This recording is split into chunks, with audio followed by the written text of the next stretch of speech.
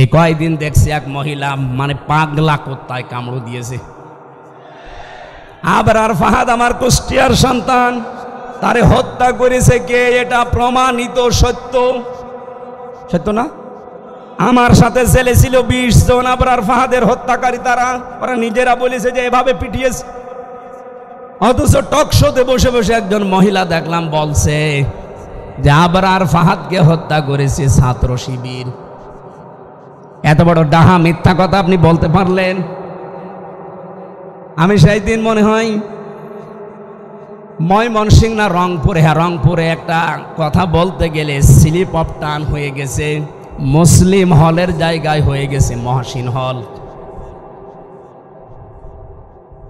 মুসলিম হল যেটা সলিমুল্লাহ মুসলিম হল, এখানে আজ প্রায় 21 বছর বা 16 বছর নিয়মিত না হলেও অনিয়মিত আজান বন্ধ ছিল। সেইটা বলতে গিয়ে আমি বলে ফেলেছি মুখ দিয়ে, আমি ইচ্ছাকৃত না অনিচ্ছাকৃত, যে মহসিন হল। এই জন্য অনেকে দেখলাম, অনেক ভাইরা পাগল হয়ে গেছে আমার পেছনে, এমনকি আমার মা বাবাকেও তারা জারোস বলে গালি দিচ্ছে। আরে ভাই আমার নাই, ভুলে বের হয়ে গেছে কথাটা। এই জন্যে যদি আপনি প্রতিবাদ করতে পারেন যে মানুষগুলো ডাহা সত্যকে মিথ্যা বানিয়ে প্রচার করতে চায়, নবীর আদর্শের মানুষগুলোকে যারা কলঙ্ক দিতে চায়, কত মানুষকে বলতে শুধু ইসলামী ছাত্র শিবির 1971 সালে নাকি তারা যুদ্ধ অপরাধী এই নামে দণ্ডিত, অথচ এ দল তৈরি হয়েছে 1977 সালে।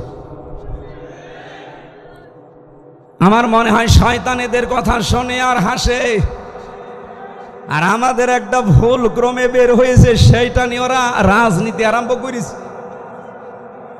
আমার সূরা আবু লাহাবের তাফসিরে মাঝে মাঝে ফি জিলালিল কোরআন যখন দেখি মনে হয় যে হয়তো এখন উম্মে জামিল আবু লাহাবের স্ত্রী বেঁচে নেই, কিন্তু তার পেতাত্তা অনেকে এখন এই দেশে আছে।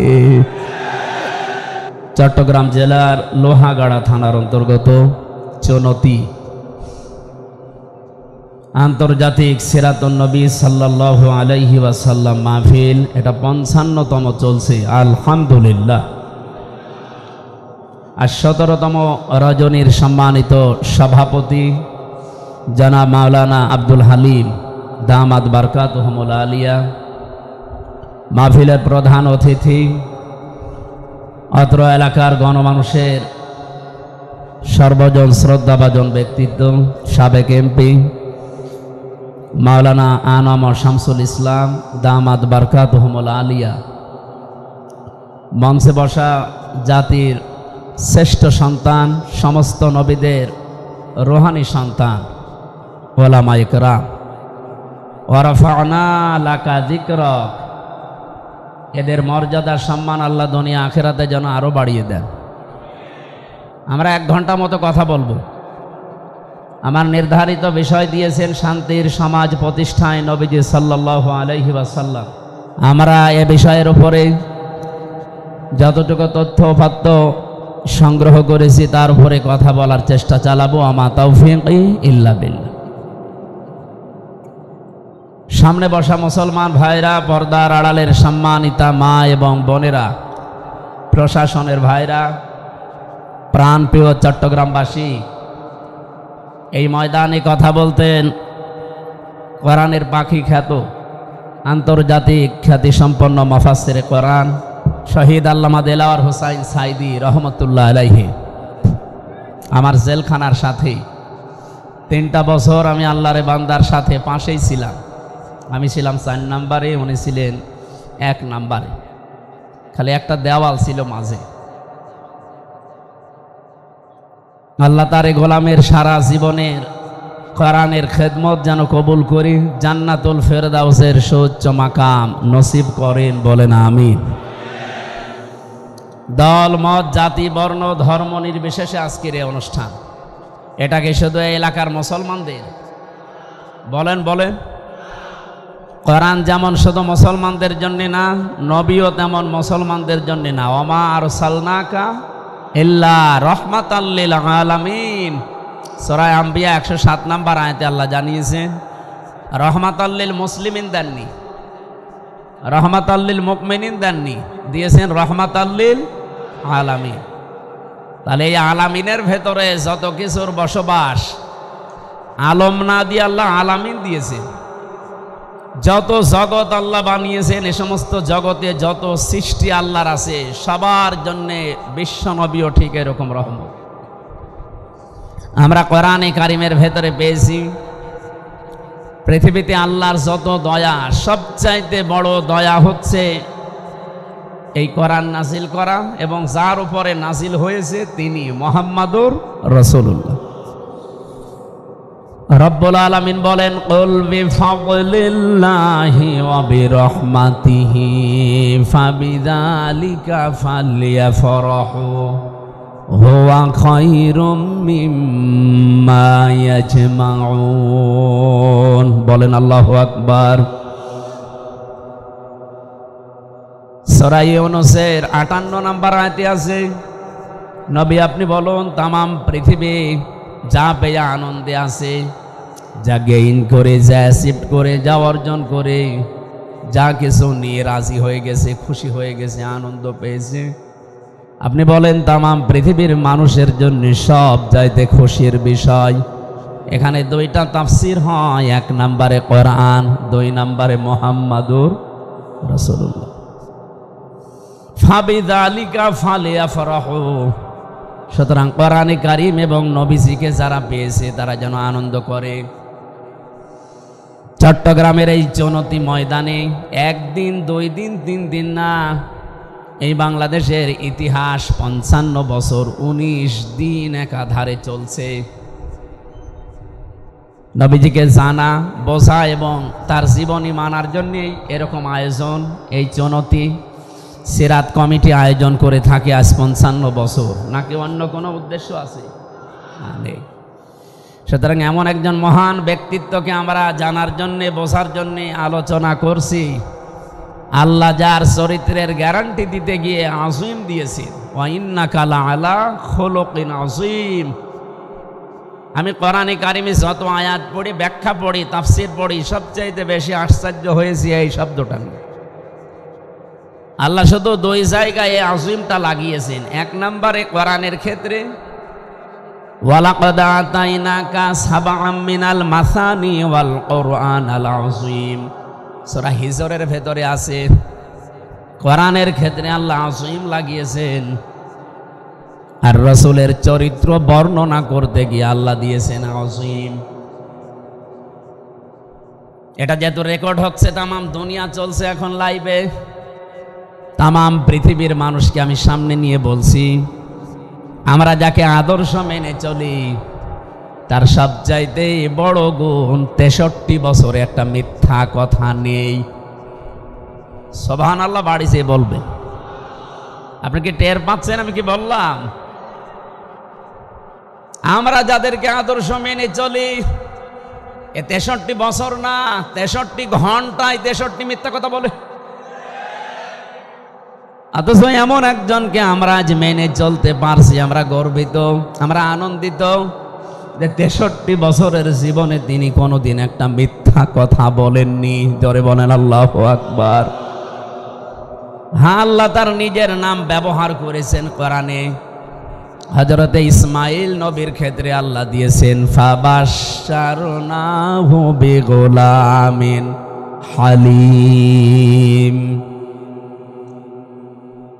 আপনাকে আমি একটা ধৈর্যশীল, সহনশীল সন্তানের সুসংবাদ দিচ্ছি। এই যে হালিম, আমার আল্লাহর নাম। আজকের সভাপতি উনি হালিম না, উনি আব্দুল হালিম।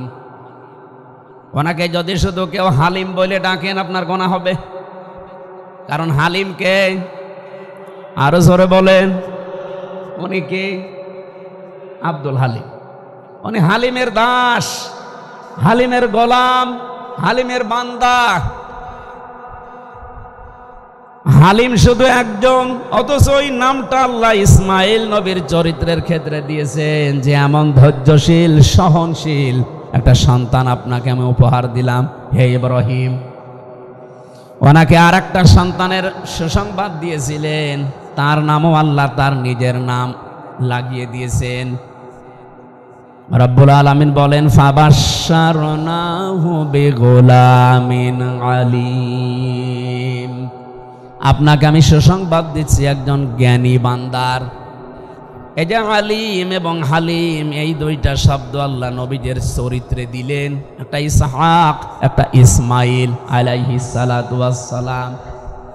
মুহাম্মদুর রাসূলুল্লাহর ক্ষেত্রে আল্লাহ হালিম আর আলিম দেননি, এমন গভীর শব্দ দিয়েছেন কিয়ামত পর্যন্ত মানুষ নবীর চরিত্র শুধু অনুসরণ অনুকরণ করবে, কোল কিনারা পাবে না। নবীদের চরিত্র যদি অনুসরণ করেন, আল্লাহ যেহেতু খুলুকিন আলী আযীম দিয়েছেন, মহান চরিত্রের উপরে আপনি প্রতিষ্ঠিত অধিষ্ঠিত, যে কোরআন আপনার উপরে নাজিল করলাম এইটার ক্ষেত্রেও আমি আল্লাহ কিন্তু আযীম লাগিয়েছি। ওয়ালাকাদ আতাইনাকা সাবআম মিনাল মাসানি ওয়াল কুরআনাল আযীম, আপনাকে আমি 7 আয়াত বিশিষ্ট একটা সূরা দিয়েছি, কোরআন দিয়েছি, সেটা সূরা ফাতিহা। বারবার যেটা রিভাইজ দেওয়া লাগে, রিপিট করা লাগে, বারংবার পড়া লাগে।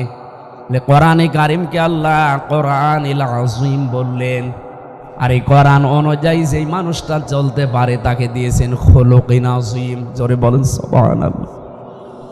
তাহলে আজকে আমরা আনন্দিত এই কারণে, কারণ আমরা এমন একজন মানুষের চরিত্র, জীবন আদর্শ শোনার জন্য বসে আছি, যিনি আমাদের মতো সাধারণ মানুষ না। কি অনেক মানুষ এই কথা অলরেডি বলে যে নবীও তা আমিও তা না, এ কথা ঠিক না। রব্বুল আলামিন বলেন, নবী আপনি বলুন, কুল ইন্নামা আনা বাশারুম মিসলুকুম ইউহা ইলাইয়া। এখানে যারা আরবি বসে, যেহেতু আলেম আজকের সভাপতি মাওলানা আব্দুল হালিম, এটা কামিল মাদ্রাসার প্রিন্সিপাল, ভাইস প্রিন্সিপাল, হাজারো আলেম এখানে বসে আছেন। আরবি গ্রামার অনুযায়ী যদি ইন্নার পরে মা যুক্ত হয়, বাংলা অর্থ দাঁড়ায় একমাত্র, কেবলমাত্র, শুধুমাত্র।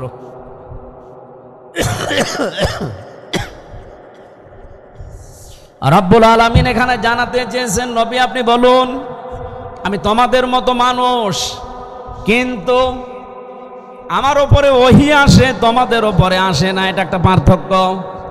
তাহলে আমাদের মতো নবী হয় কি করে? আমরা তো ওহী পেলাম না, পেয়েছি আমরা ওহী?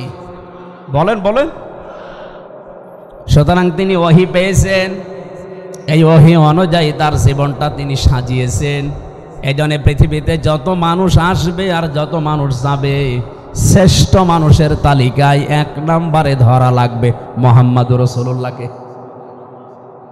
বঙ্গবন্ধু শেখ মুজিবুর রহমানকে অনেকেই বলে যে উনি 1000 বছরের শ্রেষ্ঠ বাঙালি, কিন্তু তামাম পৃথিবীতে কিয়ামত পর্যন্ত যারা আসবে, দুনিয়া তৈরি হওয়ার পর থেকে আজকে পর্যন্ত যারা এসেছে, সবার ভেতরে বঙ্গবন্ধু শ্রেষ্ঠ বাঙালি এ কথা কেউ বলে?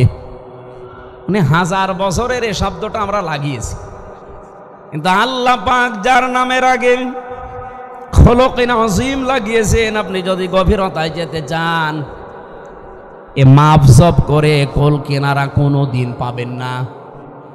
এই জন্য আমরা যারা আনন্দ করতে চাই, আজকে এই 19 দিনের 17 দিন একাধারে এখানে আনন্দ চলছে, নবীর সিরাত শুনে।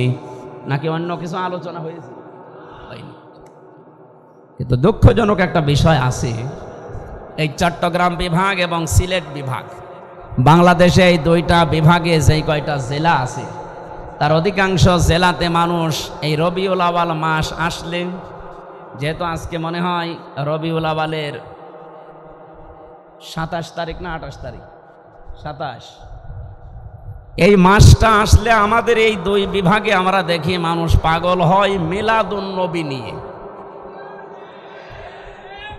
ঈদে মিলাদুন নবী নাম দিয়ে যারা এটা করেন, ঈদ মানে আনন্দ, মিলাদ মানে এটা মিলাদুন থেকে জন্ম, নবীজির জন্মে আপনি আনন্দ করবেন কেন? এই বিষয়টা আবিষ্কার করে না কেউ।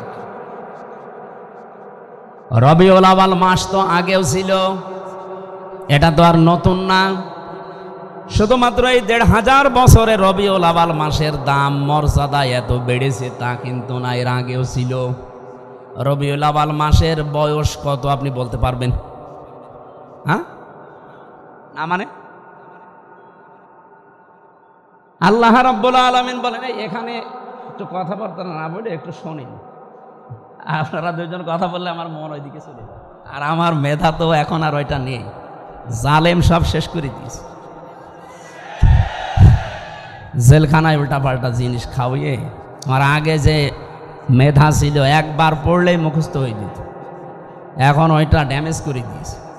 খাবারের ভেতরে বিভিন্ন জিনিস খাওয়িয়েছে পয়জন দিয়ে, তেঁতুল দিত শুধু, প্রত্যেক খাবারে ওরা তেঁতুল দেয়। আমি যে ফাঁসির কন্ডেম সেলের ভেতরে 3 বছর ছিলাম, আমার সাথে কেউ কথা বলতো না, সিসি ক্যামেরা দিয়ে রেখেছে, আমার সাথে কেউ যেন দেখা না করে, কথাও না বলে। এই জন্য ভয়ঙ্কর অবস্থায় রেখে রেখে আমার শরীরটাও শেষ করে দিয়েছে, এমনকি আমার কণ্ঠটাও শেষ করে দিয়েছে। এই যে স্বাভাবিক হতে এখন অনেক সময় লাগবে, কারণ 1টা 2টা দিন না, 3 বছর এক ঘরের ভেতরে। এই ধকল এখনো যায়নি, এজন্যে আমার এই আওয়াজ হলে বা এদিক ওদিকে মন চলে গেলে আমি যেটা বলতে চাচ্ছি ওইটা ভুলে যাব। আপনারা একটু সাহায্য করবেন না? ঘন্টাখানেক একটু নড়াচড়া কম করবেন। খুব গুরুত্বপূর্ণ হলে আপনি আলোচনার পরে যেয়ে প্রশ্ন করেন। মিলাদুন নবী এই শব্দটা বিশ্বনবী মুহাম্মদুর রাসূলুল্লাহর ইন্তেকালের প্রায় 600 বছর পর, আমরা ইতিহাস পড়ে যেটা দেখলাম 600 বছর পরে আবিষ্কার করেছি। কিন্তু সিরাতুন নবী এটা আবিষ্কার করা না, এটা কোরআনে কারীম থেকে নেওয়া। লাকাদ কানা লাকুম ফি রাসূলিল্লাহি উসওয়াতুন হাসানা, এই যে উসওয়াতুন হাসানা এই শব্দের তাফসীর ব্যাখ্যা এই বাংলাদেশ সহ বাইরের দেশগুলোতে আমি বিভিন্ন লাইব্রেরিতে দেখেছি, প্রায় 42টার উপরে তাফসীর আমি এই শব্দের সাথে মিলিয়েছি। সব মুফাসসির এই উসওয়াতুন হাসানা থেকেই সিরাত নবীর জীবন চরিত এ বিষয়ের উপর আলোচনা করেছেন। সবচাইতে অথেন্টিক আমার কাছে প্রায় 13টা কিতাব আমি এই ছোট বয়সে দেখেছি নবীর জীবনের উপরে। আর রাহিকুল মাখতুম আল্লামা সাফিউর রহমানের লেখা, এটা আমার কাছে সবচাইতে বেশি ভালো এবং সহজ মনে হয়েছে। কোরআনে কারীম থেকে এই নামটা নেওয়া, খিতামুহু মিস্ক ওয়া ফি যালিকা ফালিয়াতানা ফাসিল মুতানাফিসুন। জান্নাতের এই যে কস্তুরী, যেটা এখান থেকে মানুষকে আল্লাহ খাবার খাওয়াবেন পানি জাতীয়, এটা পাওয়ার জন্য আল্লাহ প্রতিযোগিতা আরম্ভ করে বলেছেন প্রতিযোগীদের। এর আগে যে রাহিক মাখতুম এই শব্দ থেকে আল্লামা সাফিউর রহমান রহমতুল্লাহ আলাইহি উনি নবীজির চরিত্রকে এমন ভাবে ফুটিয়েছেন। এখানে 4টা বিষয় আমার কাছে সবচাইতে বেশি আকর্ষণীয় মনে হয়। যারা শুধু নবীর মিলাদ নিয়ে জন্ম নিয়ে আনন্দ করতে চান, আমিও মিলাদ পড়ি এবং পড়াই, কিন্তু মিলাদ থেকে 27টা শিক্ষা আমি এই বই থেকে পেয়েছি, যেটা বাংলাদেশ, ভারত আর পাকিস্তানে নেওয়া হয় না। আমি একটা শুধু আপনাদের শিক্ষার জন্য বলছি। বলেন তো মিলাদ মানে কি? বললাম জন্ম। বলেন বলেন, নবীজি জন্ম নিয়েছিলেন এই যে মাসে, এ রবিউল আউয়াল মাস কি এই 1500 বছরের আগে ছিল না? বলেন বলেন, ছিল। কতদিন আগ থেকে আসতেছে? ইন্না ইদ্দাতাশ শুহুরি ইনদাল্লাহি 12 শাহরান ফি কিতাবিল্লাহ ইয়াউমা খালাকাস সামাওয়াতি ওয়াল আরদা মিনহা আরবাআতুন হুরুম ইলা আখিরি আয়া। সূরা তাওবার 36 নম্বর আয়াতে এসেছে, আল্লাহ পাক যেদিন আসমান জমিন তৈরি করেন ওই দিন তার কিতাবের ভেতরে 12টা মাসের নাম তিনি লিপিবদ্ধ করেছিলেন, তার ভেতরে এই রবিউল আউয়াল ছিল। তাহলে রবিউল আউয়ালের বয়স কিন্তু 1500 বছর না। কত বছর আপনি হিসাব করেন যেদিন দুনিয়া আল্লাহ বানিয়েছে ওই দিন তার কিতাব এটা লিপিবদ্ধ করা। জোরে বলেন আল্লাহু আকবার। কিন্তু এই যে মর্যাদা আমরা দিচ্ছি, এর দাম এত দেয়, এটা আসলে অনেকে আবেগ আপ্লুত হয়ে পড়ে। এমনকি কালকে পরশোধনে যা আলোচনা হবে নবীজির সিরাতের ওপরে, মিলাদের ওপরে হবে। আমরা আশা করব যারা এই 2 দিন আসবে তারা যেন এই 27টা ব্যাখ্যা রাহিকুল মাখতুম থেকে আপনাদেরকে পড়া শোনায়। যেহেতু আমার আলোচনা ওইটা না, আমার একটা আলোচনার বিষয় আপনারা দিয়েছেন, আমি ওইদিকে যাব। বিশ্বনবী এই মাসে জন্ম নিয়ে প্রথম যে কাজটা করেছিলেন মায়ের কোলে বসে। আমরা হাদিস থেকে পড়ছি 3 জন মহিলার দুধ তিনি দুনিয়ায় পান করেছিলেন। প্রথম নাম্বারে তার নিজের মা হযরতে আমিনা, 2 নাম্বারে উম্মে আইমান নামে এক দাসী, 3 নাম্বারে হযরতে হালিমাতুস সাদিয়া রাদিয়াল্লাহু তাআলা আনহা। রাহিকুল মাখতুমের বর্ণনা আল্লামা সফির রহমান রহমাতুল্লাহ আলাইহি লিখেছেন, হযরতে হালিমা বলেন, আমি যখন মোহাম্মদকে কোলে তুলে নিলাম, ডান স্তন তাকে আমি পান করতে দিলাম, সে ঠিক মতো পান করেছে। বাম স্তন যখনই তাকে দিয়েছি সে মুখ বের করে নিয়েছে। হযরত হালিমা বলেন, আমি আবার জোর করে মুখ লাগালাম, দেখি আবার মুখ বের করে নিয়েছে। আবার মুখ লাগালাম, দেখি আবার মুখ বের করে নিয়েছে। 3 বারের বার আমি আর চেষ্টা করলাম না যে বারবার মুখ বের করে কেন। চোখের দিকে তাকিয়ে দেখি চোখের ইশারা দিয়ে যেন আমাকে জানাতে চাই, মা হালিমা জোর করেন কেন? আপনি আমার সাথে জোর করছেন কেন? ডান স্তন এটা আমি তো পান করেছি, এটা আমার হক অধিকার ছিল। বাম স্তন এটা আমার অধিকার না, এটা আমার দুধ ভাই আব্দুল্লাহর অধিকার। আমি পৃথিবীতে ভাইয়ের হক নষ্ট করার জন্য আসি নাই, এসেছি ভাইয়ের হক ফিরিয়ে দেওয়ার জন্য। জনতিবাসী যেই নবী এই রবিউল আওয়ালে জন্ম নিয়ে মায়ের কোলে বসে ভাইয়ের হক নষ্ট করে না, আরো ফিরিয়ে দেয়, সেই নবীর উম্মত আমরা দেখেন যত বড় হচ্ছে তত ভাইয়ের হক মারার জম হচ্ছি। বলেন, এখানে ভাই মানে শুধু আপন ভাই, দুধ ভাই না। আল মুসলিম আখুল মুসলিম, মুসলমান মুসলমানের ভাই। কথা বলেন না কেন? বলেন তো, বাংলাদেশে যারা চাঁদাবাজি করেন, যার কাছে করেন, ওকে আপনার মুসলমান ভাই না? ভাইয়ের সম্পদ কোন ভাই চাঁদাবাজি করতে পারে? তাহলে করছে কারা? আপনি কিসের মুসলমান দাবি করেন? কিসের রবিউল আওয়ালে মিলাদ পড়েন? আমার কুষ্টিয়াতে এই রবিউল আওয়ালের 12 তারিখে আমাকে ডাক দিয়ে বলছে, হুজুর মিলাদ পড়ে দিন, নবীজির জন্মের মাস। আমি গোপন সূত্রে কথাটা বলছি, ওনারে জিজ্ঞাসা করেছে একজন, আপনি এত টাকা পেলেন কোথায়? এতগুলো গরু জবাই করেছেন, এত খেচড়ি জিলাপি বিরানি কোথায় পেয়েছেন? মিলাদ দিচ্ছেন নবীজির জন্মের, এত আবেগ আপনার। ওনাকে বলেছে যে এটা চাঁদার টাকা।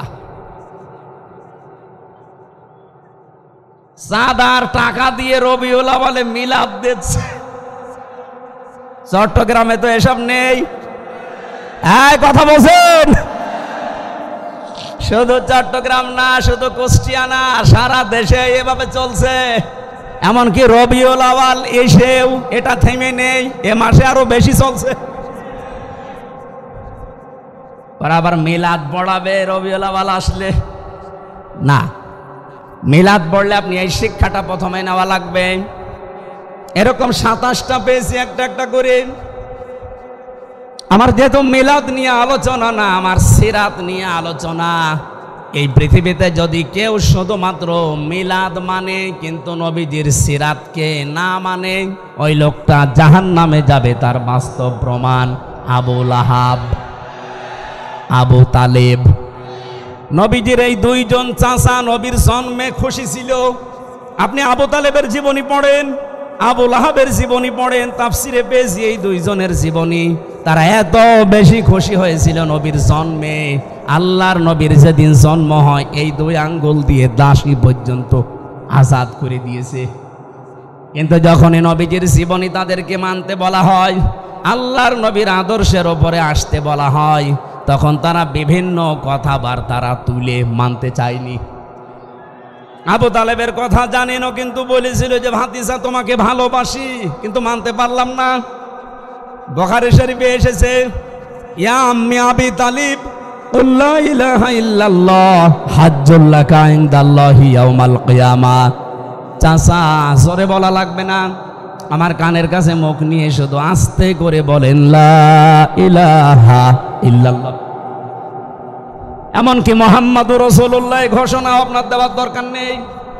আমি যে মুহাম্মদ এটা আমি তো জানি, আমি মেনে নিলাম, কিন্তু আল্লাহর একাত্মবাদের স্বীকৃতি আপনাকে দেওয়া লাগবে। আপনার জোরে দিলে যদি সমস্যা হয়, একটু আস্তে আস্তে বলেন। কিয়ামতের দিন আমি আল্লাহর সামনে ঝগড়া করে আপনাকে জান্নাতে নিয়ে যাব। না, লোকটা পড়ে নাই।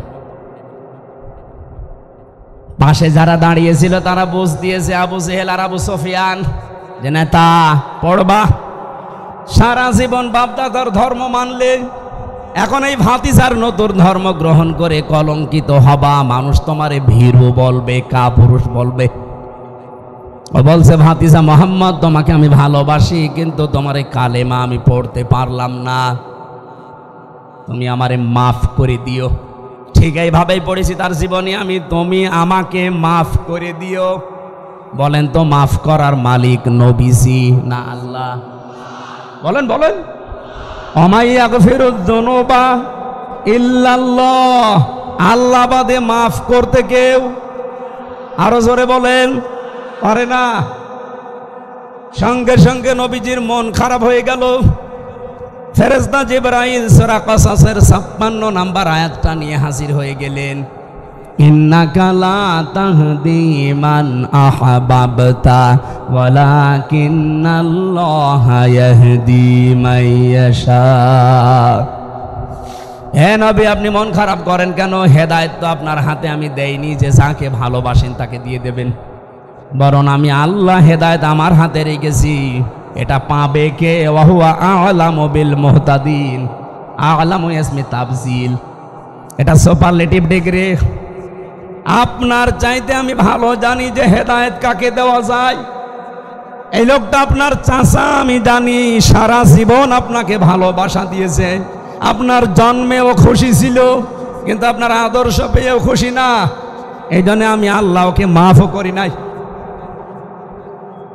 একে আল্লাহ কিয়ামতের দিন শুধু জাহান্নামের 2টা ফিতা লাগিয়ে দেবে পায়ের নিচে, মাথার মগজ পর্যন্ত টকবক করে ফুটবে। তাহলে নবীর জন্মে খুশি, কিন্তু তার সিরাত পেয়ে আদর্শ পেয়ে খুশি না। গেছে কোথায়? আরো জোরে বলেন। আর একজন চাচা আবু লাহাব, ও খুশি ছিল জন্মে। আমার মনে হয় আসরের পরে আপনি আবু লাহাবের জীবনী আজকে শুনেছেন, এই জন্য আমি ওদিকে গেলাম না। ও বলেছিল, তাব্বা লাকা লিহাযা জামাতানা, মুহাম্মদ তুমি আর কাজ পাওনি এই কথা বলার জন্য আমাদেরকে একত্রিত করলে। পাথর তুলে নবীজির দিকে নিক্ষেপ করেছিল। বলেন নাউজুবিল্লাহ। যে লোকটা নবীর জন্মে খুশি, মিলাদে খুশি, কিন্তু নবীর আদর্শ পেয়ে নারাজ, তাদেরকে আল্লাহ দিয়েছেন কোথায়? এটার কি দলিল দেওয়া লাগবে? সায়াসলা নারং যাতা লাহাব। শুধু আবু লাহাবকে আল্লাহ অতি শীঘ্র জাহান্নামের অগ্নিকুণ্ডে দেয়নি, অমরাতুহু তার স্ত্রীকেও তার সাথে দিয়েছে। সুতরাং আজ বিশ্বে যারা বিভিন্ন জায়গায় আবু লাহাবের মতো মানুষ নবীর জন্মে খুশি, কিন্তু তার আদর্শের কথা বলতে গেলে যারা নারাজ, যারা আমাদের পেছনে উল্টাপাল্টা ট্যাগ লাগিয়ে দেন, এমনকি তাদের পেছনে দেখি অনেক মহিলা পর্যন্ত নাড়াচাড়া দেয়। আমি নাম নিলাম না। টেলিভিশনে টক শোতে বসে বসে নবীর আদর্শের বিপক্ষে যারা কথা বলছেন, আজ এই কয়েকদিন দেখছি এক মহিলা মানে পাগলা কুত্তায় কামড় দিয়েছে। আবরার ফাহাদ আমার কুষ্টিয়ার সন্তান, তারে হত্যা করেছে কে? এটা প্রমাণিত সত্য। সত্য না? আমার সাথে জেলে ছিল 20 জন আবরার ফাহাদের হত্যাকারী। ওরা নিজেরা বলেছে যে এভাবে পিটিয়েছে। অথচ টক শোতে বসে বসে একজন মহিলা দেখলাম বলছে যে আবরার ফাহাদকে হত্যা করেছে ছাত্র শিবির। এত বড় ডাহা মিথ্যা কথা আপনি বলতে পারলেন? আমি সেই দিন মনে হয় ময়মনসিংহ না রংপুরে, হ্যাঁ রংপুরে একটা কথা বলতে গেলে স্লিপ অফ টান হয়ে গেছে, মুসলিম হলের জায়গায় হয়ে গেছে মহসিন হল। মুসলিম হল যেটা সলিমুল্লাহ মুসলিম হল, এখানে আজ প্রায় 21 বছর বা 16 বছর নিয়মিত না হলেও অনিয়মিত আজান বন্ধ ছিল। সেইটা বলতে গিয়ে আমি বলে ফেলেছি মুখ দিয়ে, আমি ইচ্ছাকৃত না অনিচ্ছাকৃত, যে মহসিন হল। এই জন্য অনেকে দেখলাম, অনেক ভাইরা পাগল হয়ে গেছে আমার পেছনে, এমনকি আমার মা বাবাকেও তারা জারোজ বলে গালি দিচ্ছে। আরে ভাই আমার নাই, ভুলে বের হয়ে গেছে কথাটা। এই জন্যে যদি আপনি প্রতিবাদ করতে পারেন যে মানুষগুলো ডাহা সত্যকে মিথ্যা বানিয়ে প্রচার করতে চায়, নবীর আদর্শের মানুষগুলোকে যারা কলঙ্ক দিতে চায়, কত মানুষকে বলতে শুধু ইসলামী ছাত্র শিবির 1971 সালে নাকি তারা যুদ্ধ অপরাধী এই নামে দণ্ডিত, অথচ এ দল তৈরি হয়েছে 1977 সালে। আমার মনে হয় শয়তান এদের কথা শোনে আর হাসে, আর আমাদের একটা ভুল ক্রমে বের হয়েছে, সেইটা নিয়ে ওরা রাজনীতি আরম্ভ করেছে।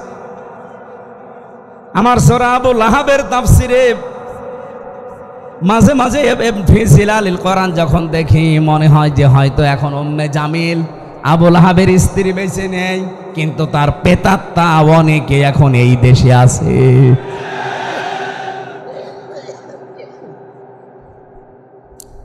আবু লাহাব নবীর জন্মে খুশি ছিল, আদর্শ খুশি না, এই জন্য শুধু একা জাহান্নামে গিয়েছে। অমরাতুহু তার স্ত্রীও তার সাথে গেছে। সুতরাং আজ যারা নবীর আদর্শ মানে না, এর সাথে যে সমস্ত মেয়েরা যুক্ত হয়ে, তার স্ত্রী হোক মেয়ে হোক দলের লোক হোক নেত্রী হোক, যারা নবীর বিরুদ্ধে অবস্থান নিয়েছেন, তার মানে আল্লাহর নবীর আদর্শ যারা মানে তাদের বিরুদ্ধে অবস্থান নেওয়া আর নবীর বিরুদ্ধে অবস্থান নেওয়া একই কথা। আমি মেন কথাটা বলতে চাই এইভাবে, শুধুমাত্র নবীর জন্ম নিয়ে আনন্দে থাকলে আপনাকে হবে না, তাহলে আবু লাহাব এবং আবু তালেবের মতো আপনি জাহান্নামে যাবেন। আপনাকে নবীর জন্ম নিয়ে মিলাদ নিয়ে যেমন খুশি থাকার কথা, তার চাইতে বেশি খুশি হওয়ার কথা নবীর জীবন এবং আদর্শ পেয়ে। ওনার 40 থেকে 63 এই 23 বছরের জীবন আপনাকে মাস্ট বি মানাই লাগবে। এই কথা বলেন না কেন? কোরআনের আইন মানা যেমন ফরজ, বিশ্ব নবীর আদর্শ মানা ওই রকম ফরজ। বিশেষ করে 40 থেকে 63 এই 23 বছর একদিনও আপনি বাদ দিতে পারবেন না। যেহেতু বললাম সিস্টেম অপর পৃষ্ঠায় দেখুন আরো 2 জন চাচার নাম আমরা জানি, যিনি আমার নামে নাম হযরতে আবু আমির হামজা, আর একজন হযরতে আব্বাস রাদিয়াল্লাহু তাআলা আনহুমা। এই 2 জন চাচা, তাদের পুরা জীবনী আমি পড়েছি। ওনারা শুধু নবীর মিলাদে খুশি না, নবীর জন্মে খুশি না, ওরা নবীর আদর্শ পেয়েও খুশি ছিল। তাহলে আমার মনে হয় ক্লিয়ার হয়ে গেছে যে শুধু মিলাদুন নবী পালন করলে আপনি জান্নাত যেতে পারবেন না, সিরাতুন নবী আপনাকে মানা লাগবে। এই জন্যই সুন্নতির সিরাত কমিটি আজ 55 বছর একাধারে এই পৃথিবীর মানুষকে এইটাই জানান দিচ্ছে যে মিলাদ আমরা মানি, কিন্তু সিরাত জরুরি। কথা বলেন। আর সিরাত আমাদের ভেতরে নেই। সিরাতের বহু পাঠ আমি পেয়েছি। আমার এই ছোট্ট জীবনে সিরাতের প্রায় 71টা পাঠ পেয়েছি আমি নবীজির জীবনে। তার ভেতরে একটা আপনারা দিয়েছেন আজকে, শান্তির সমাজ প্রতিষ্ঠায় নবীজি সাল্লাল্লাহু আলাইহি ওয়াসাল্লাম। আসেন দুনিয়ায় শান্তি এই শব্দটার ব্যাখ্যা নিয়ে আমরা এবার মূল আলোচনায় প্রবেশ করতে চাচ্ছি। আল্লাহ আমাদেরকে যে ধৈর্য এবং সহ্য, সেই জোহরের পর থেকে আপনারা বসে আছেন, এই জন্য এই ধৈর্য এবং সহ্যের কারণে বলেন আলহামদুলিল্লাহ। আমার তেলাওয়াতকৃত আয়াত আপনারা শুনেছেন, একটা পরিচিত আয়াত সূরায়ে কুরাইশ। কোন সূরা? আমরা আয়াত পড়েছি মাত্র 2টা, 3 এবং 4। আমার এই মাথার ভেতরে আয়াত নিয়ে এবং শান্তির সমাজ প্রতিষ্ঠা করার জন্য নবীজির যে ভূমিকা, এটা নিয়ে আমার যা পড়াশোনা করা আছে, 1 ঘন্টা না কিয়ামত পর্যন্ত আলোচনা হবে শুধু এই 2টা আয়াত নিয়ে। আমরা চেষ্টা চালাচ্ছি সামারাইজ করে ফেলার। জবান খুলে আগে কোরআনের সোনালী আয়াতটা একটু পড়েন। আউযু বিল্লাহি মিনাশ শাইতানির রাজিম। বিসমিল্লাহির রহমানির রহিম।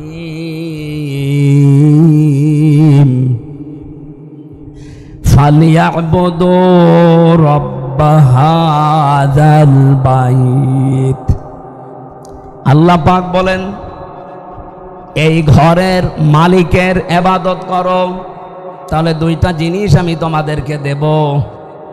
আল্লাযী আত'আমাহুম মিন জু' ওয়া আমানাহুম মিন খাউফ। ক্ষুধা লাগলে এই খাবারের ব্যবস্থা আমি আল্লাহ করব, আর যখনই ভয় আসবে তখন আমি আল্লাহর নিরাপত্তা দিয়ে দেব। আমাদের প্রথম বিষয় হচ্ছে শান্তির সমাজ প্রতিষ্ঠা। শান্তি কি? এটা দুঃখের বিপরীত, কষ্টের বিপরীত। আমরা অনেকেই বলি যে সুখ শান্তি, না, জিনিস 2টা এক না, এমনকি 2টার শব্দ আলাদা। আপনি পুরা কোরআন শরীফের ভেতরে যদি সুখ এই শব্দ অনুসন্ধান করতে চান, তাহলে আপনি শান্তির শব্দ পাবেন না। সুখ শব্দের আরবি অর্থ হচ্ছে রহাতুন। রহাতুন মানে সুখ। তাফসিরে পড়েছি 3টা জিনিসকে সুখ বলা হয়। আর সেলমন বা সালমন, এখানে আমি সেলমন শব্দের অর্থ পেয়েছি ইসলাম, আর সালমন যদি জবর দিয়ে পড়া হয় তাহলে বাংলা অর্থ দাঁড়ায় শান্তি, নিরাপত্তা, স্বস্তি। কোরআনে কারিমে এই দলিলটা পাবেন সূরা বাকারার 208 নম্বর আয়াতের প্রথম অংশে। ইয়া আইয়ুহাল্লাযীনা আমানু দুখুলু ফিস সিলমি কাফা। এখানে আল্লাহ ঈমানদারকে ডাক দিয়ে জানালেন, তোমরা ইসলামে পরিপূর্ণভাবে প্রবেশ করো। যেহেতু সিনের নিচে জের আছে, এই জন্য সিলমনের অর্থ ইসলাম। যদি আপনি এর উপরে জবর দিয়ে পড়েন তাহলে বাংলা অর্থ দাঁড়াবে শান্তি। কোরআন শরীফ থেকে আমি 4টা বিষয় পেয়েছি শান্তির। তাহলে 3টা বিষয়কে বলা হয় রাহাতুন বা সুখ, আর 4টা বিষয়কে বলা হয় সিলমন বা শান্তি। শান্তির সমাজ প্রতিষ্ঠার জন্য বিশ্বনবী কি করেছিলেন, যেহেতু এ বিষয়ে কথা বলা দরকার। আল্লাহর নবী জন্মের পর থেকে 17 বছর পর্যন্ত তিনি তেমন কোনো কাজে যোগ দেননি। শান্তি প্রতিষ্ঠা করার জন্য তিনি 17 বছর থেকে আরম্ভ করেছিলেন হিলফুল ফজল সংগঠনের নামে। আমি আমার দেশের যুবকদেরকে আহ্বান জানাবো, যদি নবীজির আদর্শে অনুপ্রাণিত হয়ে এই দেশে যদি শান্তি আপনি স্থাপন করতে চান, প্রতিষ্ঠা করতে চান, মাস্ট বি এই 16-17 বছর বয়স থেকে আপনাকেও সংগঠনভুক্ত হওয়া লাগবে। কথা বলেন না কেন? আর আমি নিজে কোরআন হাদিস পড়ে যেহেতু একেবারে খাস বাংলায় বলছি, বাংলাদেশে যত সংগঠন এখন কাজ করছে সবার উদ্দেশ্য এক না। বামপন্থী রাজনীতি যারা করে, এদের ছাত্র সংগঠনের উদ্দেশ্য আপনি দেখেন, এরা বলে আমরা 10 তলার গাছতলা সব সমান করে দেব। কেউ 10 তলায় থাকবে, কেউ গাছতলায় থাকবে, এটা হবে না, সব সমান হয়ে যাবে। আমরা ওটা চাই, কিন্তু আপনি চান লেলিলাল কালমার্সের পথে, আর আমরা চাই মুহাম্মদুর রাসূলুল্লাহর পথে। পার্থক্য এইটা।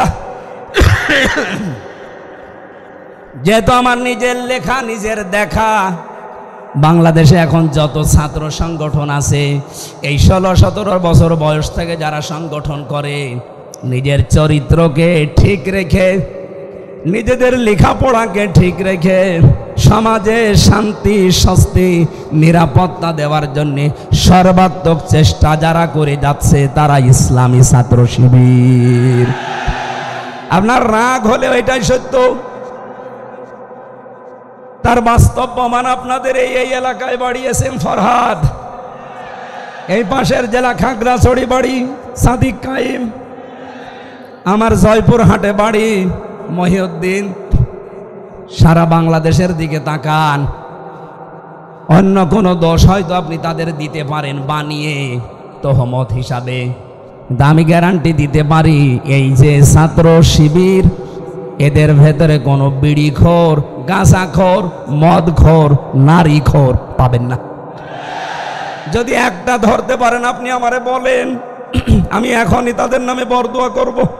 তো বাকি যেগুলো আছে শুধু বলা না, আমি নিজের চরিত্র তাদের দেখেছি। তারা সত্যকে মিথ্যা, মিথ্যাকে সত্য বানিয়ে উলট পালট করে একজনের নামে খালি দায় চাপিয়ে দাও, দায় চাপিয়ে দাও, এই রাজনীতি করে। এটাকে আমি বানালাম। কোরআনে কারিমের সূরা নিসা 5 নাম্বার পারা 15 নাম্বার পৃষ্ঠা 11 নাম্বার লাইনের 112 নাম্বার আয়াতটা বাড়ি দিয়ে মিলাবেন। ومن يكسب خطيئة أو إثما ثم يرمي به بريئا فقد احتمل بهتانا وإثما مبينا।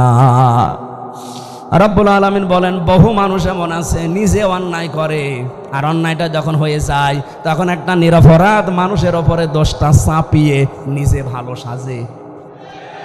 এরকম ছাত্র সংগঠন বাংলাদেশে নেই, এরকম দল বাংলাদেশে নেই।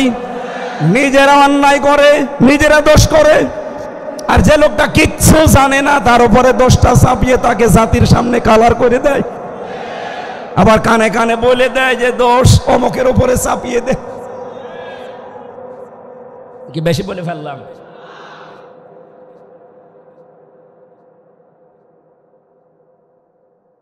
আল্লাহর ঘোষণা ছিল ফাকাদ ইহতামালা বুহতান ওয়া ইসমাম মুবিনা। এরকম কাজ যারা করে, নিজে একটা নিরপরাধ মানুষের উপরে দোষ চাপিয়ে তাকে জাতির সামনে কালার করে দেয়, ও যেন প্রকাশ্য পাপের বোঝা বহন করে নিয়ে বেড়াচ্ছে। এটা আজ হয়তো আমরা চর্ম চোখে দেখতে পাই না, আল্লাহ সে ব্যবস্থা করে নাই। এজন্য অন্যান্য দলের লোকরা আপনারা বেঁচে যাচ্ছেন।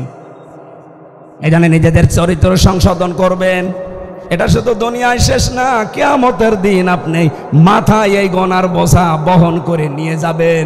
তখন ফেরেশতারা বলবে আলা সাআমা ইয়াসিরুন, কত নিকৃষ্ট বোঝা এরা বহন করে নিয়ে যাচ্ছে। দেখো কি করবেন তখন? অসহায়। এজন্য আগে থেকে সাবধান করলাম, কপালে কিন্তু এটা আসতেছে। আজ যারা নিজেরা অন্যায় করে ভালো মানুষের উপরে দোষগুলো চাপিয়ে দেওয়ার এই সংস্কৃতি আরম্ভ করেছে, আপনার কপালে কিন্তু আসতেছে। এটা আমার দায়িত্ব ছিল সতর্ক করার। আমি জানি এরপরেও কিছু মানুষ আবু জেহেলের মতো ও সতর্ক হওয়া দূরের কথা, ওর শয়তানি আরো বাড়বে। নবীজি এই কোরআন আবু বকরের সামনে পড়েছিলেন, আবু জেহেলের সামনেও পড়েছিলেন। আবু বকর কোরআন শোনার পরে তার ঈমান বেড়ে গেছে, আর আবু জেহেল কোরআন শোনার পরে ওর ঈমান বাড়ে নাই, ওর শয়তানি বেড়ে গেছে। এখানে আবু বকরের মন মতন যদি থাকেন যে আবু বকরের মতো মন আমার, আপনার আজকে ঈমান বাড়বে। আর যদি আপনার মন হয় আবু জেহেলের মতো, ঈমান বাড়বে না, আপনার শয়তানি বাড়বে। আবু বকরের মন নিলে ঈমান বাড়ে, ঘোষণা কার? আরো জোরে বলেন, ইন্নামাল মুমিনুনা আল্লাযীনা ইযা যুকিরাল্লাহু ওয়াজিলাত কুলুবুহুম ওয়া ইযা তুলিয়াত আলাইহিম আয়াতুহু যাদাতুহুম ঈমানা। কোরআনের আলোচনা যদি মন দিয়ে আপনি শুনতে পারেন আর উপলব্ধি করার যোগ্যতা যদি আপনার থাকে, মাস্ট বি যাদাতুহুম ঈমানা, আপনার ঈমান বাড়বে। কিন্তু যারা কাফের, আবু জেহেলের মতো মন নিয়ে বসে আছেন, বিভিন্ন জায়গায় বসে বসে গল্প করছেন যে কি বলে দেখি, তাদের কথা আল্লাহ কোরআনে দিয়েছেন। সূরা হজে আছে 17 নাম্বার পারা 19 নাম্বার পৃষ্ঠার 13 নাম্বার লাইনে আছে। রব্বুল আলামিন বলেন, ওয়াইদা তুতলা আলাইহিম আয়াতুনা বাজ্জিনাতিন তা'রিফু ফি ওয়ুজুহিল্লাযীনা কাফারুল মুনকার। হে নবী, আপনি কোরআন তেলাওয়াত করে ব্যাখ্যা বিশ্লেষণ করে যখন স্পষ্টভাবে বোঝাবেন, দেখবেন যারা কাফের ওরা আপনার দিকে তেড়ে তেড়ে মারতে আসবে। এখানে হয়তো মারতে আসছেন না, কিন্তু চোখ মুখ কালো হয়ে গেছে। দেখেন কোনটার মন খারাপ, তাকান, দেখেন দেখেন। যেইটার মন খারাপ দেখবেন, মনে করবেন ওর ভেতরে আবু জেহেলের মতো সমস্যা। বলেন বলেন। আমি কি আয়াত এখন বানালাম? তারিফু ফি ওয়ুজুহিল্লাযিনা কাফারুল মুনকার।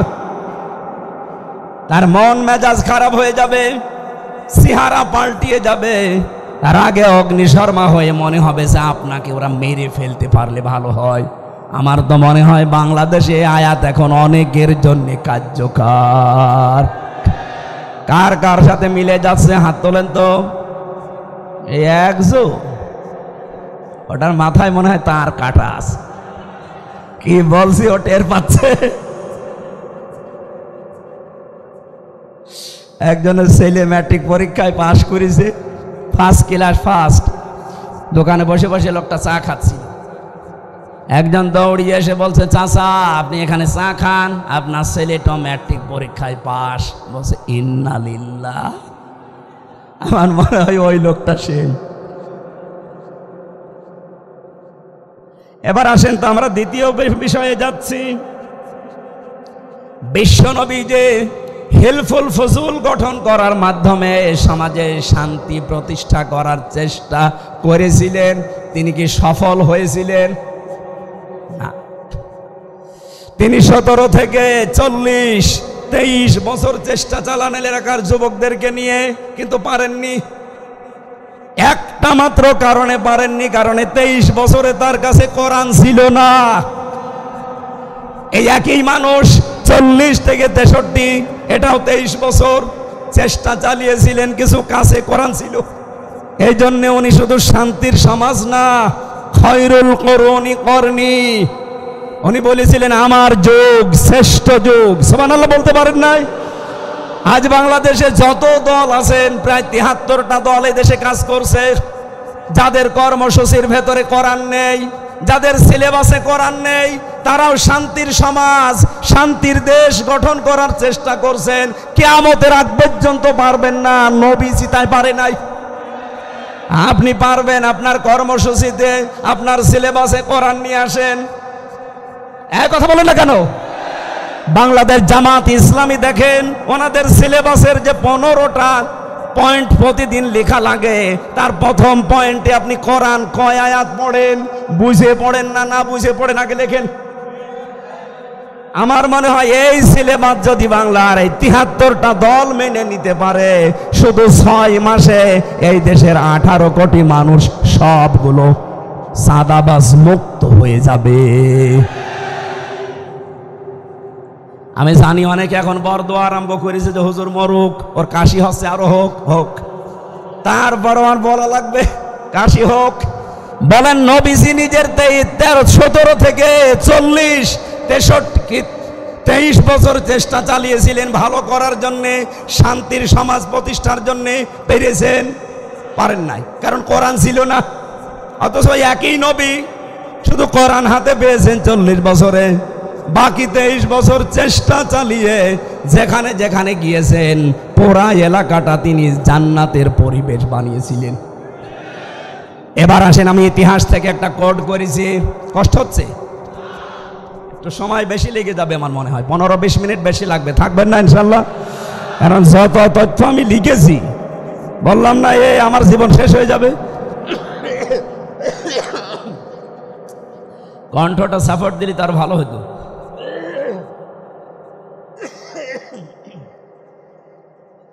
হাসিনার ওপর কি এমনি রাগ হয়? এই বুড়ি মহিলা আমার জীবনটা শেষ করে দিল। 3 বছর এই ফাঁসির কন্টেম সেলে, কোন কারণে আপনি আপনারা রাখলেন? আপনার কিছু হয়েছে? আমার তো মাঝখান থেকে খুব ক্ষতি হয়ে গেল, আমার পরিবারটাও নষ্ট হয়ে গেল, আমার এদিকে আমার জীবনটাও শেষ করে দিলেন। যেখানে ডাক্তার দেখায় এখন বলে আপনার রেস্টে থাকা লাগবে, তা আপনারা তো থাকতে দেন না। কোথায় কুষ্টিয়া, কোথায় চট্টগ্রাম, আসতেই লাগে 2 দিন। এত জার্নি করে আজকে ঠান্ডা লেগে গেছে। আমি ইতিহাসে যেটা পড়েছি সেটা এবার 1 মিনিটে শোনাচ্ছি। ওই জামানায় নবীজি শান্তি প্রতিষ্ঠা করতে পারছিলেন না কেন? তিনি বাস্তবে একটু লক্ষ্য করে দেখলেন যে পুরা আরব জাহান ওই সময় 32 জন নেতার নেত্রী মিলে চালায়।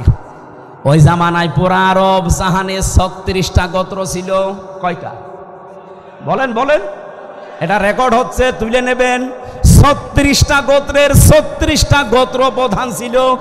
মনে করেন বাংলাদেশের উদাহরণ দিলে বুঝবেন, এমপি আমাদের যেমন 300 এমপি, ওই সময় পুরা আরব জাহানে 36 জন এমপি ছিল।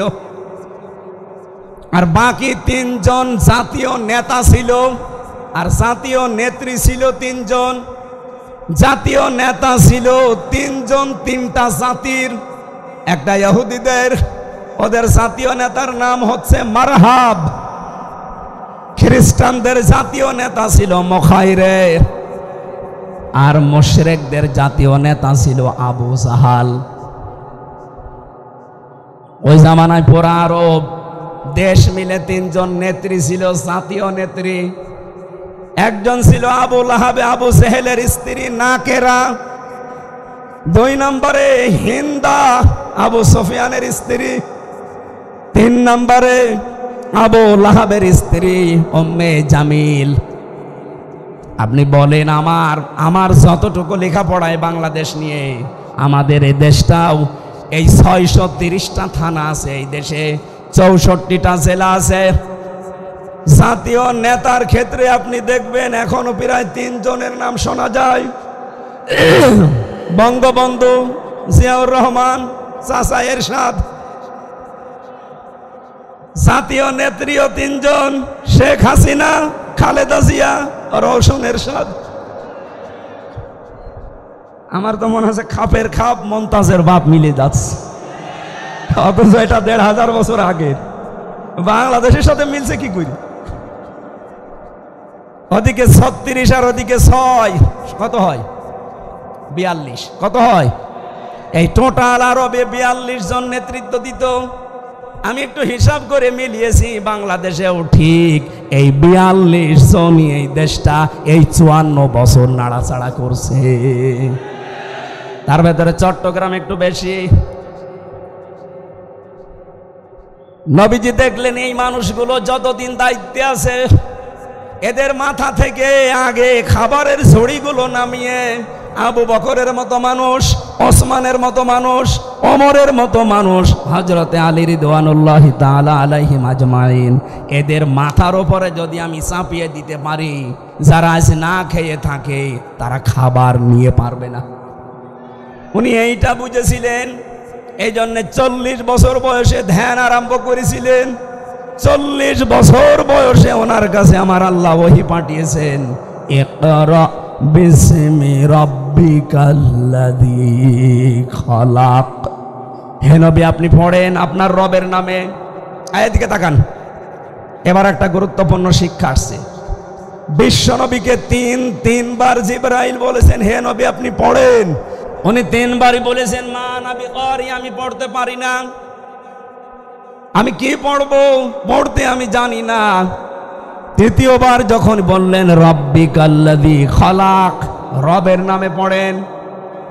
আমি আয়াতের তাফসীর পড়তে গিয়ে ফি জিলালিল কোরআনে দেখেছি, সাইয়্যেদ কুতুব লিখেছেন, নবীজি আর 1 সেকেন্ডও দেরি করে নাই। এবার পড়তে পড়তে তিনি জিবরাইলের সাথে 5 আয়াত পড়েছিলেন।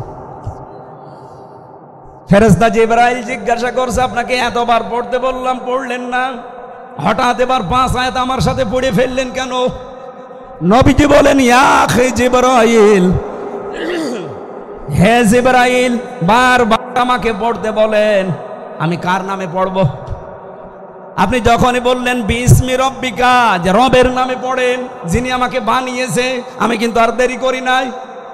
শুধু আজকে থেকে শিক্ষা দিয়ে গেলাম, কিয়ামত পর্যন্ত আমার যত উম্মত আসবে, ওরা যদি দুনিয়ায় পড়াশোনা করে, তারা যেন রবের নামে পড়ে। আমাদের দেশে রবের নামে পড়া ছিল, কিন্তু আস্তে আস্তে তুলে দিয়েছে। এই কথা বলেন না কেন? ক্লাস 5 এবং 8 বৃত্তি পরীক্ষা ছিল, সেখানে 100 মার্কের কোরআন আর হাদিস ছিল, সেটা তুলে দিয়েছে এই জালেমরা। আমরা চাই ওইটা আবার পূর্ণবহাল করা হোক। বলেন বলেন। এমনকি 1 থেকে 5 পর্যন্ত আপনারা গানের মাস্টার নিয়েছেন, নাচের মাস্টার নিয়েছেন, শরীর চর্চার নামে নাচ শিখান। আমরা চাই, আমরা পড়তে চাই ছোটবেলায় ছেলে মেয়েদেরকে, কিন্তু আমরা রবের নামে পড়াতে চাই। এই জন্য প্রাইমারিতে 1 থেকে 5 পর্যন্ত প্রত্যেক জায়গায় একটা ধর্মীয় শিক্ষক নেওয়া লাগবে, এটা আমাদের দাবি। এই দাবি করেন কারা কারা দেখি? লিল্লাহে তাকবীর।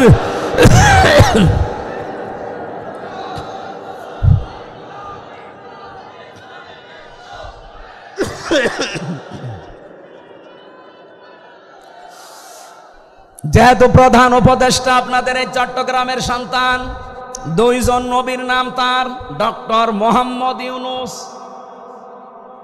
কয় নবী? মোহাম্মদ একটা, ইউনুস একটা, 2 নবীর নাম নিয়ে আপনি বসে আছেন। 92% মুসলমানের মাথার উপরে। আপনি গানের মাস্টার নিতে পারেন, নাচের মাস্টার নিতে পারেন, একটা আলেমকে আপনি কোরআন শিক্ষায় নিতে পারেন না। আমরা এটা দাবি না, এ দাবি আমরা আদায় করেই ছাড়বো ইনশাআল্লাহ। সত্যি করে বলেন, দলমত নির্বিশেষে এ দাবি আদায় না হওয়া পর্যন্ত আমাদের ছুটি নেই। কারা চান? লিল্লাহে তাকবীর।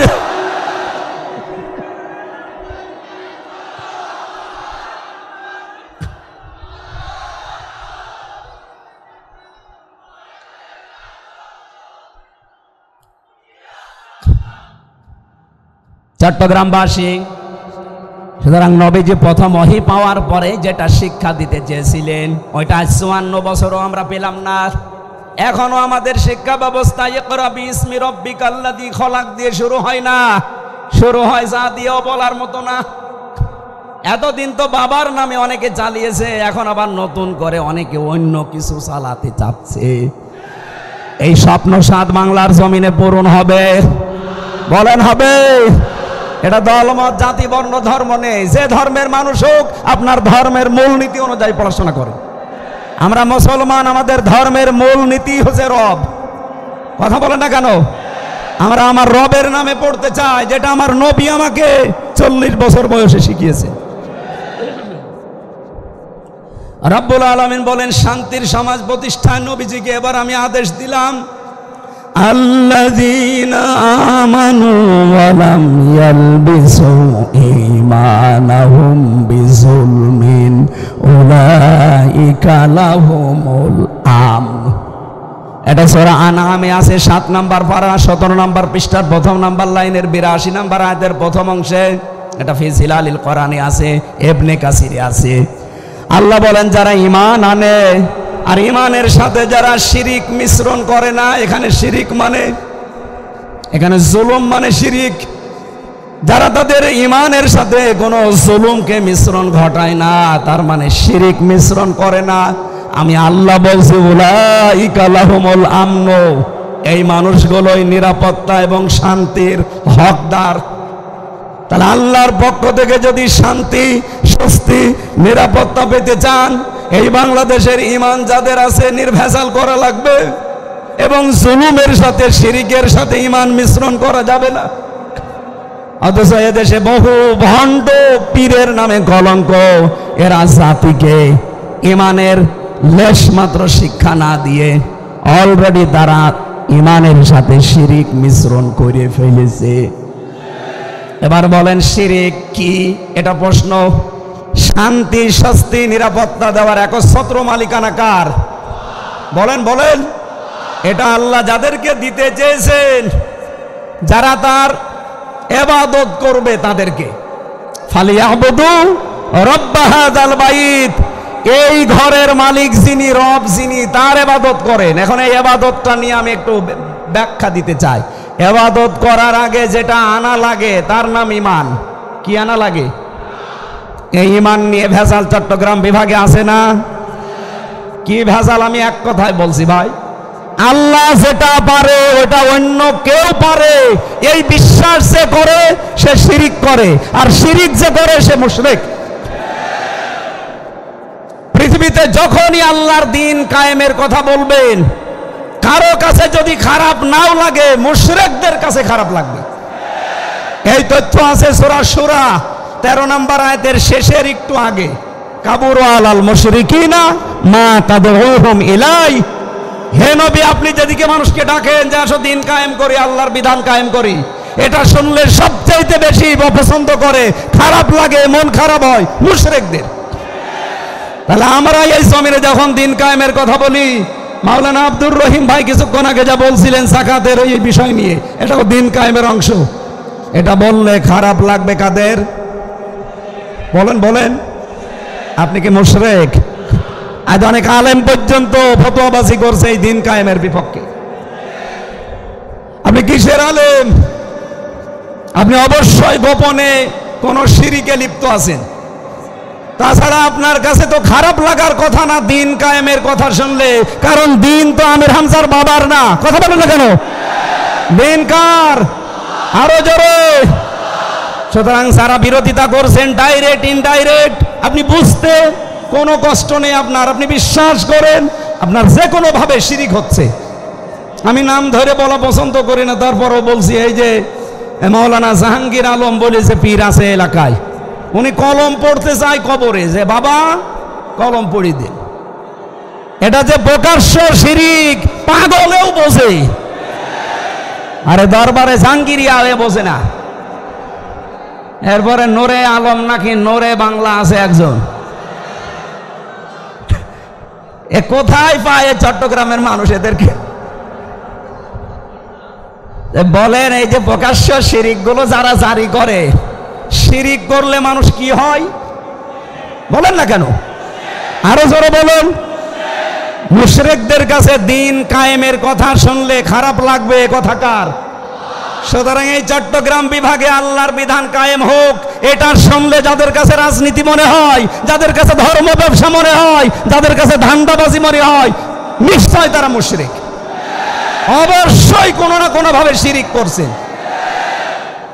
শিরিক করলে আল্লাহর শান্তি থেকে আপনি দূরে চলে যাবেন। উলাইকা ইসমে ইশারা, আল্লাহ মনে হচ্ছে এভাবে আঙ্গুল দিয়ে দেখাচ্ছে, উলাইকা এই চট্টগ্রাম চুনতির এই মানুষগুলো লাহুমুল আমনু, এরাই নিরাপত্তার শান্তির হকদার, কারণ এরা ঈমান এনেছে, ঈমানের সাথে কোনো জুলুম কোনো শিরিক মিশ্রণ করেনি। এবার এখন বাস্তব উদাহরণ দিচ্ছি, মক্কা দিকে তাকান। অমাং দাখলাহু কানা আমিনা, এটা 97 নম্বর আয়াতের মাঝের অংশে আছে, 4 নম্বর পারা 1 নম্বর পৃষ্ঠা 6 নম্বর লাইনে, এটা সূরা আলে ইমরান।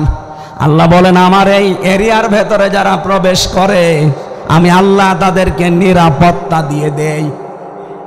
আমার প্রশ্ন হচ্ছে, কাবা শরীফের যে এরিয়া, এটা তো আর আমাদের এই যে এখানে যে মসজিদগুলো আছে এতটুকু না, কাবার এরিয়া কয়েক কিলোমিটার। এর ভেতরে যারাই প্রবেশ করে তাদের শান্তি নিরাপত্তা স্বস্তি দেয় কে? আওয়ালামি ইয়ারাউ আন্না জাআলনা হারামান আমিনা ইলা আখির আয়া। আল্লাহ পাক বলেন, তারা কি দেখে না আমার হারামের ভেতরে কি শান্তি নিরাপত্তার বেষ্টন দিয়ে ঘেরা?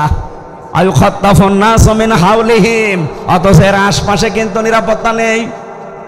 এবার তাকান, আমাদের এই বাংলাদেশের 56,000 বর্গ মাইল, এটা কি কাবা শরীফ? না, জোরে বলেন। তাহলে এই 56,000 বর্গ মাইলকে কাবা শরীফের এরিয়ার মতো যদি শান্তি নিরাপত্তার শহর বানাতে হয়, কাবা শরীফের এরিয়ার ভেতরে যা চলে এখানেও সেটা করা লাগবে। কাবার পুরা এরিয়ার ভেতরে একটা জিনিস নেই, সেটা হচ্ছে শিরিক। এক কথা বলেন না কেন? কাবার এরিয়ার ভেতরে কোনো শিরিক পাবেন না। মাওলানা আব্দুল হালিম যদি যেয়ে থাকে জিজ্ঞাসা করেন, মাওলানা আব্দুর রহিম বসরি যদি যেয়ে থাকে জিজ্ঞাসা করেন, কাবার এরিয়ার ভেতরে আপনি কোনো শিরিক পাবেন না। এই জন্য সেখানে শান্তি আর নিরাপত্তা দিয়েছে কে? আমাদের এই বাংলাদেশ। শুধু আমাদের এই দেশটা না, পাশে দেখেন যারা আছে, মায়ানমার, ইন্ডিয়া, এগুলো সব আমাদের দুশ্মন। আসতে বলেন। পৃথিবীর যত দেশ আমি ঘুরলাম, এত নিকৃষ্ট প্রতিবেশী পৃথিবীতে কোনো দেশে নেই। এরা এত নিকৃষ্ট প্রতিবেশী, কত হাজার লক্ষ লক্ষ মানুষকে নিজের দেশে জায়গা থাকার পরও আমাদের দেশে পাঠিয়ে দিয়েছে। এই মায়ানমারে আমাদের চাইতে 3-4 ডবল বড় এই দেশটা। এতটুকু দেশ, মাত্র 56,000 বর্গ মাইল, এখানে 20 কোটির উপরে আমরা মানুষ, অথচ আমাদের চাইতে 3-4 ডবল বড় দেশটা, মানুষ আমাদের চাইতে কম। এরপরেও শয়তানরা ওখান থেকে জোর করে পিটিয়ে বিভিন্ন কায়দায় আমাদের এই দেশে ওদেরকে পাঠিয়েছে। আর এর পাশে যারা আছে আল্লাহর ওলিরা, এরা তো সেই শুরু করেছে 47 থেকে আমাদের বিরুদ্ধে, এখনো পর্যন্ত আমাদের বিরুদ্ধে লেগে আছে। এত বছর দোষ দেওয়া হয় বাংলাদেশ জামাত ইসলামীকে, এরা নাকি স্বাধীনতা বিরোধী। না, কখনো না। আজকে আপনি মাহমুদুর রহমান মান্না, সাবেক ভিপি ঢাকা বিশ্ববিদ্যালয়ের, উনি ঘোষণা দিয়েছে, দেখেন আজকে, যে জামাত ইসলাম যেটা 54 বছর আগে বুঝেছে, এই দেশের মানুষ এখন সেটা কেবল বুঝতে আরম্ভ করছে। কারণ জামাত ইসলামীতে যারা রাজনীতি করে সবগুলো বিচক্ষণ, এটা মেধা না, এটা কম্পিউটার। ওই সময় বাংলাদেশ জামাত ইসলামীতে যারা ছিল তারা স্বাধীনতার বিরুদ্ধে অবস্থান নেয়নি, তারা ভারতের আগ্রাসনের বিরুদ্ধে অবস্থান নিয়েছে, যেটা জাতি হাড়ে হাড়ে টের পাচ্ছে। যুদ্ধ শেষ হতে না হতে তারা ট্রাক ট্রাক সম্পদ দেশ থেকে নিজেদের দেশে, এগুলো চুরি বলে না ডাকাতি বলে না কি বলে বলেন, আর তারা বলে আমাদের বিশাল হিতাকাঙ্ক্ষী। এমনকি স্বামী স্ত্রীর সম্পর্ক লাগিয়ে দিয়েছে অনেকে। স্বামী স্ত্রীর সম্পর্ক হয়, এখনো তো হয়নি, আর হবেও না। কারণ মেয়ে আমাদের যাই হোক অন্তত মুসলমান, আর যার কাছে গেছে ও যাই হোক একটা মুশরিক। আর ও দাদার যে বয়স, এখন যদি কেউ মুসলমানি দিতে চান, বুড়ো হাজাম লাগবে। সে হাজাম পাবেন কোথায়? কোন যুবক মানুষকে দিয়ে দাদার এখন মুসলমানি দিতে গেলে ও ছাতা দেখা যাচ্ছে গোড়া কেটে বাদ দিয়ে দিবে। এই জন্য হবে না, ও দাদার মুসলমানি বুড়ো হাজাম দিয়ে মুসলমানি দেওয়া লাগবে। আর ও যা করে, ওর জীবনে কোনো হেদায়েত আছে বলে আমার মনে হয় না। গুজরাটে কি করেছে দেখেছেন? ওনাকে গুজরাটের কসাই বলে ডাকা হয়। আল্লাহর একটা দুইটা না, শত শত ঘর মসজিদ ভেঙ্গে গুড়িয়ে দিয়েছে। আমার কাছে সবচাইতে কষ্টের এইটা, যে আপনি আল্লাহর ঘর ভাঙেন, আপনি মানুষ। আমি নাম নিতেও ঘৃণা করি এই লোকটার, এটা একটা শয়তানের চাইতেও নিকৃষ্ট মানুষ। পৃথিবীর কোন ধর্মীয় উপাসনায় ভাঙার পক্ষে আমরা না, বলেন বলেন। অথচ একটা দুইটা না, কতগুলো ঘর যেখানে আল্লাহকে সেজদা দেওয়া হতো, ভেঙ্গে টুকরা টুকরা করে মিশিয়ে দিয়েছে। আমার তো যা মনে হয়, আল্লাহর ঘরে যারাই হাত দেওয়ার চেষ্টা চালিয়েছে, আল্লাহ তাদেরকে কাশফে মাকুল বানিয়েছে। এ ভারতও থাকবে না। এ খণ্ড বিখণ্ড হলো বলে দেখেন, কারণ ওরা আল্লাহর ঘরে হাত দিয়েছে। এই কথা বলেন না কেন? ওদেরকে এই জমিনের মানুষকে আল্লাহ দেখাবে, খণ্ড খণ্ড হয়ে যত টুকরা টুকরা করেছেন মসজিদকে, তত টুকরা হবে। আমাদের দেশটাকে আমরা শান্তির সমাজে পরিণত যদি করতে চাই, ঈমান আনা লাগবে ভেজাল না ভেজাল মুক্ত। এমনকি আমাদের ঈমানের সাথে যেন কোনো জুলুম, বিশেষ করে শিরিক মিশ্রণ না হয়। এই যে যারা শিরিক করেন ঈমানের সাথে সাথে, আপনাদের কারণে যে দেশে শান্তি স্বস্তি নিরাপত্তা নেই, এই কারণেই আপনাদের বিরুদ্ধে বলা লাগে। দেখো আপনার বিরুদ্ধে আমি কোন কারণে বলবো? আপনি প্রকাশ্য শিরিক করছেন, কবরে মাজার বানিয়ে ব্যবসা করে খাচ্ছেন, আর মানুষের ঈমান আমল আকীদা সব নষ্ট করছেন। এই কথা বলেন না কেন? অন্তত দেশের আলেমরা বেঁচে থাকতে এরকম শিরিক চলতে দেওয়া যায়? এই চট্টগ্রাম চাষ করেছিল মরহুম পীর মাওলানা আব্দুল সাব্বার রহমতুল্লাহ আলাইহি, সিদ্দিক আজাদ রহমতুল্লাহ আলাইহি, শহীদ আল্লামা দেলাওয়ার হোসাইন সাইদি রহমতুল্লাহ আলাইহি। কথা বলেন না কেন? এই চট্টগ্রামবাসী তাদের কাছে ঋণী। আল্লাহ গোলামগুলোকে যেন জান্নাতুল ফেরদাউসের সর্বোচ্চ মাকাম দান করেন, বলেন আমিন। আমার কথা ভাই কাটসাট, যেটা বলতে চাচ্ছি, ইমান আমরা যাই এনেছি আমাদের ইমানের সাথে যেন কোনো শিরিক মিশ্রণ না হয়, বেঁচে থাকা লাগবে। কাবা শরীফে যেমন নিরাপত্তা দিয়ে আল্লাহ ঢেকে রেখেছেন, শুধু শিরিক নেই। এই কারণে আমাদের দেশটা এবার আমরা ওইভাবে সাজাতে চাই, দেশটাতে যেন শান্তি, নিরাপত্তা, স্বস্তিতে চলাফেরা করা যায়। যাবে না ইনশাআল্লাহ? আমি কয়েকটা উদাহরণ এখানে পেয়েছি। রব্বুল আলামিন জানিয়েছেন ইব্রাহিম আলাইহিস সালামকে আমি আল্লাহ সুপথ দেখিয়েছিলাম এবং তার সম্পর্কে আমি ভালো করে জানতাম। কণ্ঠটা তো মারাত্মক ঝামেলা করে ফেললো দেখছি। গরম পানি দেন তো ভাই, দেখি গরম পানি থাকলে দেন। এত ডিস্টার্ব হলে তো কথা বলা ঝামেলা।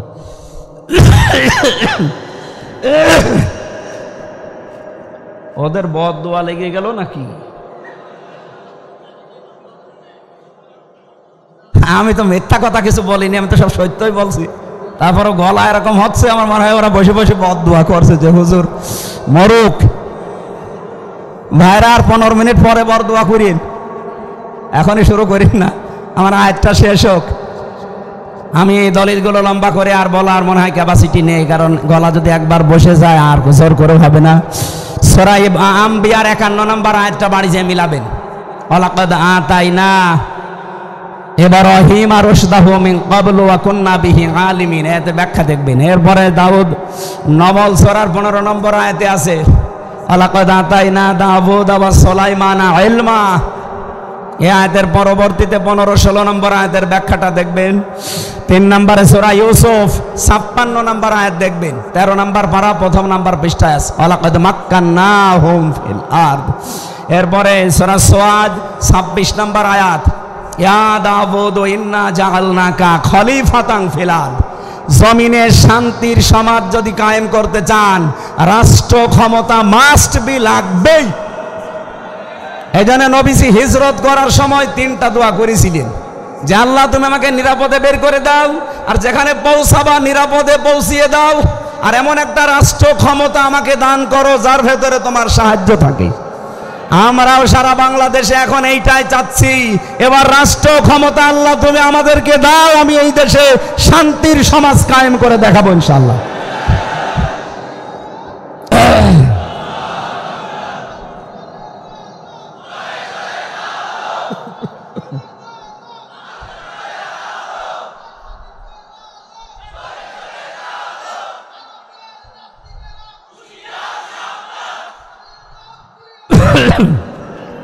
আমার ভাইরা, আরো কিছু দলিল আমার যেটা জানা আছে এ বিষয়ে।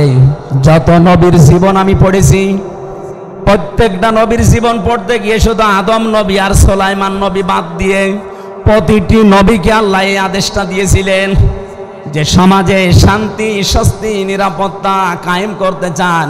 ওয়ালাকাদ বাআসনা ফি কুল্লি উম্মাতির রাসূলান আনি ইবুদুল্লাহা ওয়াজতানিবুত তাগুত।